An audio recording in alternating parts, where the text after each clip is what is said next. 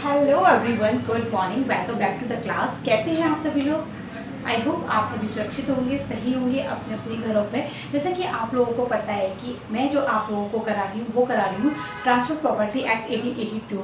Transfer of property act 1882, जिसमें मैं आपको प्रीवियस लेक्चर में मैंने आपको पढ़ाया था सेक्शन नंबर 13, 14, 15, 16 और 18, जहाँ पे हमने छोड़ा था 17। और आज का आप टाइटल देख के समझ ही गए होंगे कि आज मैं आप लोगों को कराने वाली section 17, which is related to accumulation. Accumulation means इसको हम हिंदी में बोलते हैं संचयन करना। संचयन मतलब किसी चीज़ को इकट्ठा करना, मतलब जैसे भी कुछ चीज़ हो, जो चीज़ हमें चाहिए उसको इकट्ठा करते चले जाना, वो कहलाता है हमारा एक्यूमुलेशन। अब एक्यूमुलेशन का रिलेशन क्या है यहाँ पर ट्रांसफर प्रॉपर्टी एक्ट के सेक्शन नंबर 17 में, वो मैं आप लोगों को पढ़ाती हूँ। ठीक है, तो स्टार्ट करते हैं हम आज का अपना लेक्चर। तो देखिए क्या है, सेक्शन 17 बात करता है direction to accumulation. Direction to accumulation means किसी भी चीज़ की कैसी भी कोई इनकम कहाँ से आ रही है, वो इनकम आ रही है प्रॉफिट, मतलब प्रॉपर्टी से। ऐसा कोई इनकम, ऐसी कोई प्रॉफिट जो कि एक प्रॉपर्टी से आ रहा है, उसका संचयन करना, उसका एक्यूमुलेशन करना कहलाता है सेक्शन 17 में डायरेक्शन टू एक्यूमुलेशन। अब ये एक्यूमुलेशन किस तरीके से होगा, ये कहाँ से आया, इसकी हम बात करते हैं। देखिए एक केस है, ऑरिजिन इसका जो हुआ था, वो ऑरिजिन जो हुआ था थर्सन वर्सेस वुडफोर्ड। थर्सन वर्सेस वुडफोर्ड 1859 का ये केस है। इस केस में पहले आप लोग थोड़ा सा मेरी बात को ध्यानपूर्वक सुनिएगा, क्योंकि ध्यान से जब आप इस सेक्शन को, इस केस को आप अच्छे से एनालाइज कर लोगे तो आपको ये सेक्शन इजीली समझ में आ जाएगा। ठीक है, इस केस में क्या हुआ था, एक जो थर्सन थे उन्होंने क्या किया, उनकी एक प्रॉपर्टी थी, उनकी एक प्रॉपर्टी उन्होंने क्या करा, वो ट्रांसफ़र की, किसको की, अपने सन को ट्रांसफ़र की। और उन्होंने ये कंडीशन लगाई कि ये प्रॉपर्टी मैं अपने सन को ट्रांसफ़र कर रहा हूँ, और ट्रांसफ़र करने के बाद उसको राइट देता हूँ, उसको क्या राइट दे रहा हूँ कि वो क्या करे, इस प्रॉपर्टी को क्या करता दे, वो मतलब जब मैं उसको ट्रांसफ़र करूँ तो वो उस प्रॉपर्टी को फर्दर ट्रांसफ़र करे, फिर उस प्रॉपर्टी को फर्दर ट्रांसफ़र करे। मीन्स उस थर्सन के सन के बाद ग्रैंडसन को, ग्रैंडसन के बाद ग्रेटर ग्रैंडसन को वो ट्रांसफ़र होती जाएगी। लेकिन इस प्रॉपर्टी से जो भी प्रॉफिट आएगा, जो इनकम आएगी, वो मेरे पास आती रहेगी। मींस जो भी इसका प्रॉफिट होगा, जो भी उसका वो क्या होगा, वो एक तरीके से एक्यूमुलेट किया जाएगा। एक्यूमुलेट करने के साथ साथ जो प्रॉफिट आएगा वो मेरे पास आएगा, यानी कि जो प्रॉफिट जो होगा प्रॉपर्टी का वो मेरे पास आ जाएगा। तो ये बात आई थी इस केस में। तो इस केस में ये बात आने के बाद जो वहाँ उस समय पे हाउस ऑफ लॉर्ड थे, हाउस ऑफ लॉर्ड ने 1859 में इस केस को क्या कहा, ये बिल्कुल ठीक है, इन्होंने जो ट्रांसफ़र किया है, इन्होंने जो एलिनेशन किया है वो बिल्कुल ठीक है।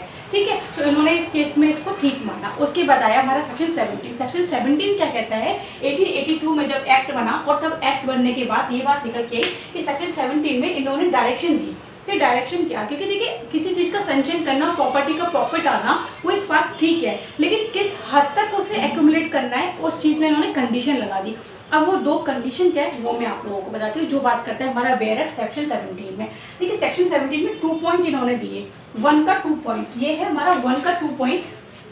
1 का 1 पॉइंट कहता है, 1 का ए कहता है life of the transfer. Means transfer कौन होगा, जो प्रॉपर्टी को ट्रांसफर कर रहा है। मीन्स इस केस में कहता है, जैसे अब अलग से एग्जाम्पल समझिए, मान लीजिए ए एक व्यक्ति है जो कि ट्रांसफरर है, और बी एक व्यक्ति है जो कि ट्रांसफरी है।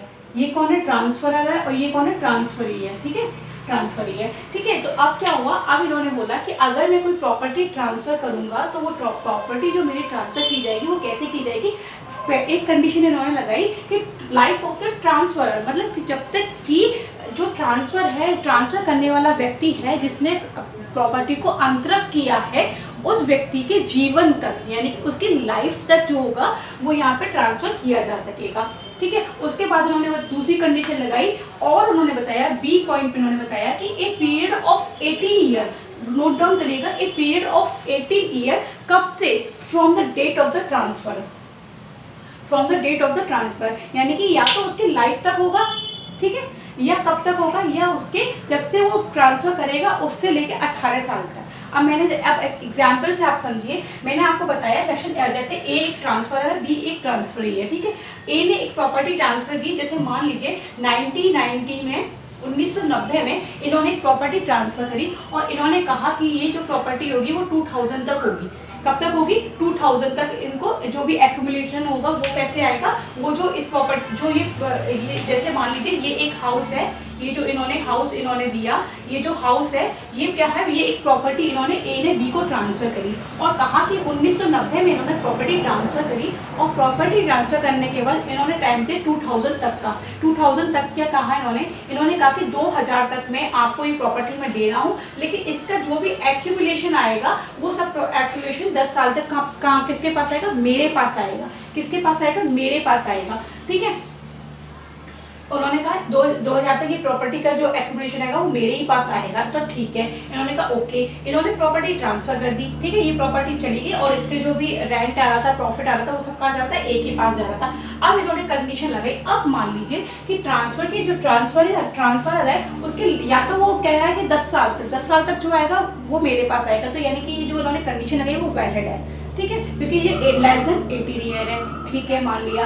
अब इन्होंने कहा कि ये अब मान लीजिए कि इस व्यक्ति के पास 18 साल तक आ सकता है, लेकिन क्या होता है 1995 में आफ्टर 5 ईयर क्या हुआ कि एक जो व्यक्ति, इसकी डेथ हो गई। क्या हो गया, इसकी डेथ हो गई। अब एक की जब डेथ हो गई आफ्टर 5 ईयर, यानी कि कब हो गई, 1995 में इसकी डेथ हो गई।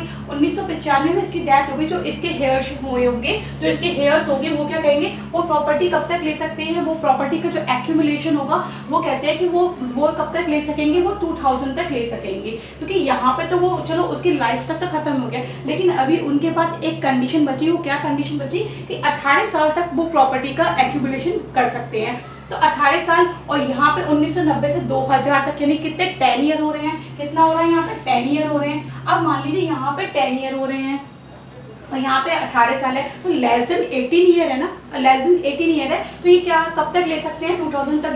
ये जो उसके हेयर्स होंगे वो क्या कर सकेंगे, जो उसके सक्सेसर्स होंगे वो क्या कर सकेंगे, यहाँ से प्रॉपर्टी का प्रॉफिट ले सकेंगे और वो प्रॉफिट कैसा होगा, वैलिड प्रॉफिट होगा। अब समझ में आया आपको? आई होप आपको समझ में आया होगा। नहीं आया होगा, चलिए एक और एग्जाम्पल से समझते हैं। एग्जाम्पल क्या है कि ए ने एक प्रॉपर्टी ट्रांसफर करी बी को। ए ट्रांसफर अगर बी ट्रांसफर ही है, ए ने प्रॉपर्टी ट्रांसफर करी बी को। अब मान लीजिए इन्होंने प्रॉपर्टी ट्रांसफर करी 1980 में ट्रांसफर करी और 2000 तक इन्होंने कंडीशन लगाई कि 2000 तक जो भी इस प्रॉपर्टी से, कौन सी प्रॉपर्टी से, जो इन्होंने ये हाउस इन्होंने जो रेंट पे दिया है, तो ये हाउस दिया है रेंट पे, सॉरी ट्रांसफर किया है, इस हाउस से जो भी प्रॉफिट आएगा, जो भी इनकम आएगी, वो क्या होगा, वो हमारे पास उसका बेनिफिट आएगा, एक्यूमुलेशन हम करेंगे। कब तक किया उन्होंने, 2000 तक किया। कितने साल हो गए, 20 साल हो गए, यानी कि 20 ईयर्स का हो गया यहाँ पे। अब यहाँ पे कंडीशन देखिए, यहाँ पे इन्होंने कंडीशन सेकंड वाली में कहा है 18 ईयर होना चाहिए, लेकिन ये कंडीशन वैलिड है। क्यों वैलिड है, क्योंकि फर्स्ट पॉइंट कह रहा है लाइफ ऑफ द ट्रांसफरर। ठीक है, जब तक ए जिंदा है तब तक वो 20 से 2000 तक क्या ले सकता है, उस प्रॉफिट को ले सकता है। लेकिन अब मान लीजिए बी की डेथ हो, ए की डेथ हो जाती है, कब हो जाती है, 1995 में, यानी कि 15 साल में इसकी डेथ हो गई। ठीक है, मान लिया 15 साल में इसकी डेथ हो गई। अब ये वाला पॉइंट तो खत्म हो गया ना कि उसका लाइफ ऑफ द ट्रांसफर, ये तो खत्म हो गया।